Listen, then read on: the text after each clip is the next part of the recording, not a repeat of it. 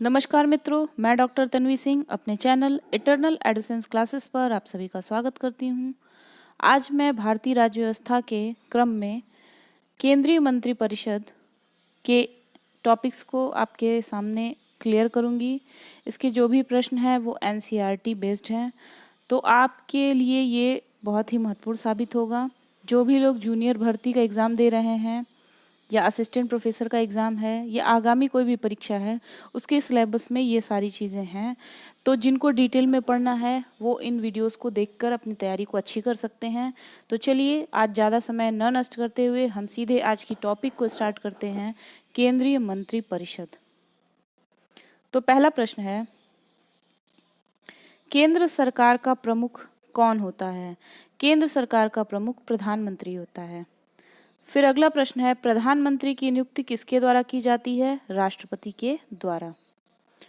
भारत का प्रधानमंत्री बनने के लिए न्यूनतम आयु कितने वर्ष होनी चाहिए? 25 वर्ष। ठीक है, अब ये पॉइंट देख लीजिए, ये आपके लिए बहुत इंपॉर्टेंट है। यदि भारत के प्रधानमंत्री संसद के उच्च सदन के सदस्य हैं तो वे अविश्वास प्रस्ताव की स्थिति में अपने पक्ष में मत नहीं दे सकेंगे। ठीक है, ये बहुत इंपॉर्टेंट लाइन है कि अगर जो भारत के प्रधानमंत्री हैं वो संसद के उच्च सदन के सदस्य हैं यानी राज्यसभा के सदस्य हैं, तो वे अविश्वास प्रस्ताव की स्थिति में अपने पक्ष में मत नहीं दे सकेंगे। ठीक है, संसदीय शासन व्यवस्था में वास्तविक कार्यपालिका शक्ति किसके अधीन होती है? तो प्रधानमंत्री के अधीन होती है। अगला पॉइंट है, लोकसभा में अविश्वास प्रस्ताव प्रस्तुत करने के लिए लोकसभा सदस्यों की न्यूनतम कितनी संख्या होनी चाहिए? तो इसका आंसर है 50।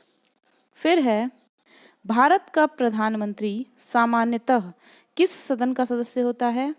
तो सामान्यतः वो लोकसभा का सदस्य होता है, लेकिन राज्यसभा का सदस्य भी प्रधानमंत्री बन सकता है। ठीक है, ये पॉइंट देख लीजिए। भारतीय संविधान का अनुच्छेद 75 प्रधानमंत्री एवं अन्य मंत्रियों की नियुक्ति, मंत्रिपरिषद के आकार एवं उत्तरदायित्व का निर्धारण करता है। अगला पॉइंट है, मंत्रिमंडल के कुल मंत्रियों की संख्या प्रधानमंत्री सहित लोकसभा के सदस्यों की कुल संख्या के 15% से अधिक नहीं होगी। यह प्रावधान किस संविधान संशोधन के द्वारा किया गया? 91वां संविधान संशोधन 2003। संसद का सदस्य नहीं होने पर कोई व्यक्ति अधिकतम कितने माह तक केंद्रीय मंत्री रह सकता है? ये भी एग्जाम में पूछता है कि संसद का सदस्य नहीं होने पर कोई व्यक्ति अधिकतम कितने माह तक केंद्रीय मंत्री रह सकता है? 6 माह तक। ठीक है, फिर है, मंत्रिपरिषद किसके प्रति उत्तरदायी होती है? ये भी बहुत बार पूछता है, संसद के प्रति। फिर है, भारत के संविधान के किस अनुच्छेद में यह प्रावधान किया गया है कि प्रत्येक राज्य की कार्यपालिका शक्ति का इस प्रकार प्रयोग किया जाए जिससे संघ की कार्यपालिका शक्ति पर कोई प्रतिकूल प्रभाव न पड़े? अनुच्छेद 257। ठीक है, फिर है, ये बहुत इंपॉर्टेंट पॉइंट है, लाभ के पद का निर्धारण संसद एवं राज्य विधानमंडल द्वारा किया जाता है। अगला पॉइंट है, भारतीय राजनीतिक व्यवस्था में कार्यपालिका किसके अधीन कार्य करती है? विधायिका के। नेहरू की कैबिनेट में पहले गृह मंत्री तथा बाद में रक्षा मंत्री कौन बने? कैलाश नाथ काटजू। ये भी पूछता है ये प्रश्न कि नेहरू की कैबिनेट में पहले गृह मंत्री और बाद में रक्षा मंत्री कौन बने? कैलाश नाथ काटजू।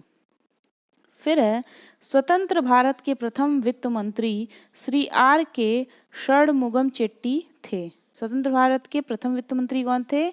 श्री आर के षणमुगम चेट्टी। भारत के किस प्रधानमंत्री का विदेश में आकस्मिक निधन हुआ? इसका आंसर है लाल बहादुर शास्त्री। इनका विदेश में आकस्मिक निधन हो गया था। अपने प्रधानमंत्रित्व काल में कौन सा नेता एक बार भी संसद में उपस्थित नहीं हुआ? चौधरी चरण सिंह। फिर है, संविधान के किस अनुच्छेद में मंत्रिमंडल शब्द का प्रयोग किया गया है? अनुच्छेद 352(3) में। श्वेत पत्र भारत से संबंधित आधिकारिक दस्तावेज है। फिर है, संघीय मंत्रिमंडल का पुनर्गठन किसके प्रतिवेदन पर आधारित था? गोपाल स्वामी अयंगर।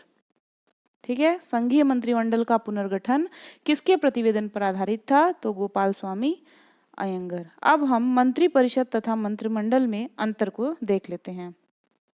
देखिए, मंत्रिपरिषद, इसमें कैबिनेट स्तर के मंत्री और राज्य स्तर के मंत्री एवं उपमंत्री होते हैं। मंत्रिमंडल में केवल कैबिनेट स्तर के मंत्री ही शामिल होते हैं। तो मंत्रिपरिषद में कैबिनेट स्तर के मंत्री और राज्य स्तर के मंत्री और उपमंत्री सभी लोग शामिल हो जाते हैं, और मंत्रिमंडल में केवल कैबिनेट।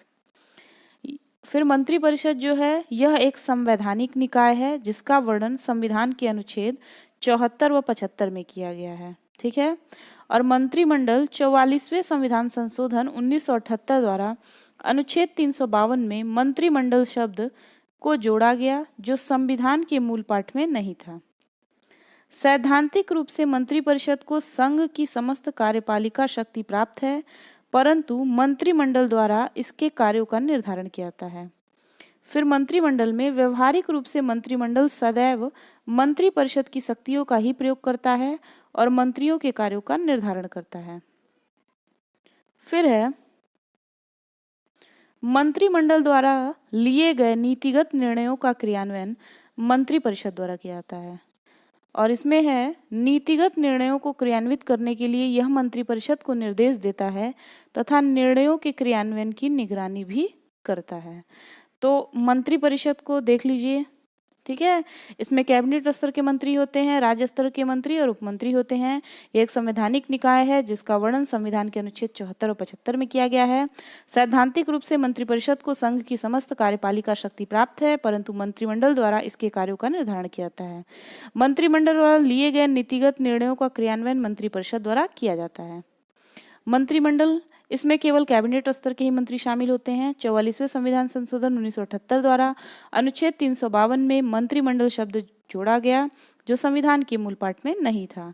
व्यवहारिक रूप में मंत्रिमंडल सदैव मंत्रिपरिषद की शक्तियों का ही प्रयोग करता है और मंत्रियों के कार्यों का निर्धारण करता है। नीतिगत निर्णयों को क्रियान्वित करने के लिए यह मंत्रिपरिषद को निर्देश देता है तथा निर्णयों के क्रियान्वयन की निगरानी भी करता है। फिर है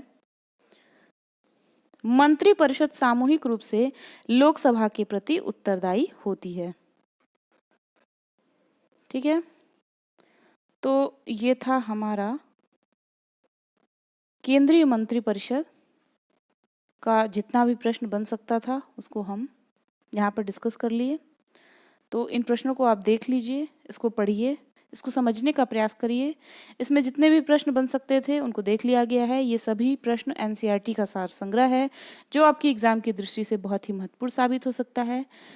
जितने भी लोग जूनियर शिक्षक भर्ती, UPPCS, RO, net, assistant professor आदि की तैयारी कर रहे हैं, उन सभी के लिए ये वीडियो बहुत महत्वपूर्ण साबित होगा। तो हमारे चैनल के साथ बने रहिए।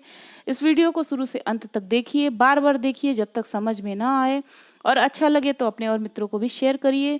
हमारे चैनल को ज़्यादा से ज़्यादा लाइक करिए, शेयर करिए, सब्सक्राइब करिए, हमारा सहयोग बनाए रखिए। तो चलिए मिलते हैं अगली क्लास में, अगले वीडियो में। तब तक के लिए नमस्कार, धन्यवाद।